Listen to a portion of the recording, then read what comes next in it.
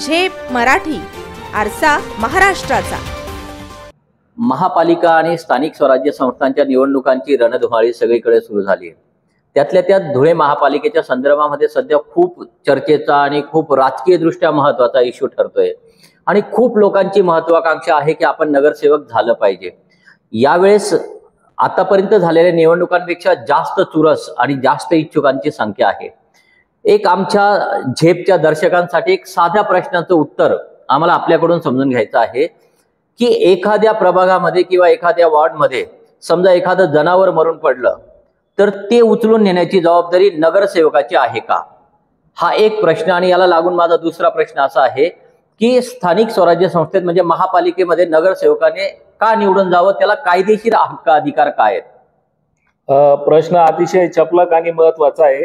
कारण आपल्याकडे जरी नागरिक शास्त्र हा विषय असला आणि तो इतिहासासोबत असल्यामुळे बरेच लोक नागरिक शास्त्राचा काही अभ्यास करत नाही। त्याच्यामध्ये महत्त्वाची बाब अशी आहे की निवडणुकीमध्ये सर्व लोकांनी समावेश झालाच पाहिजे। याच्यामुळे वाढणाऱ्या संख्येचं आपण स्वागत केलं पाहिजे आणि त्यांचं आपण अभिनंदन पण केलं पाहिजे, उभं राहणाऱ्या इच्छुकांचं। पण सगळ्यात महत्त्वाचा मुद्दा असा आहे की स्थानिक स्वराज्य संस्थेमध्ये आपण प्रतिनिधी म्हणून का जाणार आहोत याचं देखील आपल्याला बेसिक आकलन पाहिजे। आता माझ्यासारखा एक कायद्याचा अभ्यासक किंवा सर्वसामान्य नागरिक म्हणून मी एक विचार करतो की वेल क्वालिफाईड लोक निवडणुकीला उभं राहत असताना त्यांच्या प्रचाराचे मुद्दे काय असतात, तर आम्ही आपल्याला सेवा देऊ।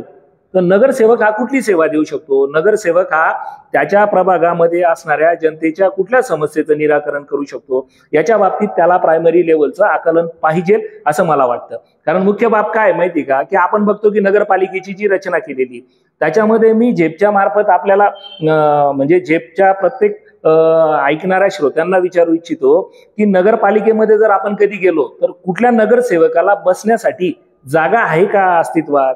कारण नगरसेवक म्हणून तिथे त्याचं स्थान नेमकं काय असतं, तर आपण जे प्रतिनिधी निवडून देतो त्यांनी स्थानिक स्वराज्य संस्थेमध्ये जो बजेट अलोकेट होतो याच्यावर नियंत्रण ठेवायचं असतं आणि त्याच्यामध्ये भाग घ्यायचा असतो की काय प्लॅनिंग करायचं आपल्याला, पाण्याचं नियोजन काय आहे, कराची रचना कशी आहे, शहराचं सुशोभीकरण काय करायचंय। तर ॲज अ पॉलिसी मेकर म्हणून या प्रतिनिधींचा हस्तक्षेप असतो।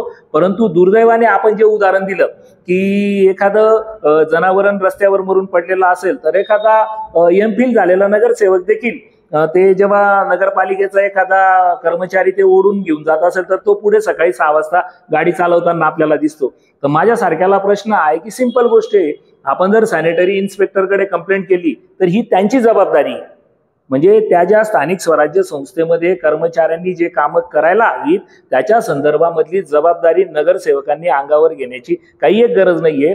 परंतु मला असं वाटतं की स्थानिक स्वराज्य संस्थेमध्ये पाठवले जाणारे प्रतिनिधी हे स्वतःची उपजीविका निर्माण करून प्रतिनिधित्व करण्याच्या लायकीचे नसल्यामुळे ते काय करतायत, प्रतिनिधित्वालाच व्यवसाय समजून या ठिकाणी काम करतायत। म्हणून एक नवीन ट्रेंड आलाय की प्रतिनिधी व्हायचे, कशासाठी व्हायचे, तर आम्हाला बजेट वगैरे काहीच कळत नाही। म्हणजे अक्कल शून्य ज्या लोकांना याच्यातलं काही कळत नाही ते लोक प्रतिनिधी होऊ इच्छित आहेत फक्त एकाच गोष्टीसाठी की आम्हाला ठेकेदार व्हायचे आणि महानगरपालिकेमध्ये येऊ घातलेला मुबलक पैसा लुटण्यासाठी आमचं प्रतिनिधित्व त्या ठिकाणी हवंय। म्हणून मी झेपच्या माध्यमातून आपल्या माध्यमातून आव्हान करेल धुळेकर जनतेला की आपण देखील अशा वाईट प्रवृत्तीला ठेचण्यासाठी की आपला प्रतिनिधी हा किमान आपल्याशी डायलॉग करण्याची क्षमता असणारा असला पाहिजे अशी अपेक्षा जर घेतली आणि चौथीच्या नागरिक शास्त्राचे थोडेसे जरी आपण अंडरस्टँडिंग ठेवलं तर मला असं वाटतं की आपण काहीतरी बदल निश्चित घडवू शकतो।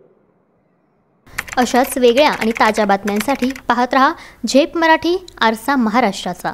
संपादक प्राध्यापक अनिल चव्हाण, धुळे।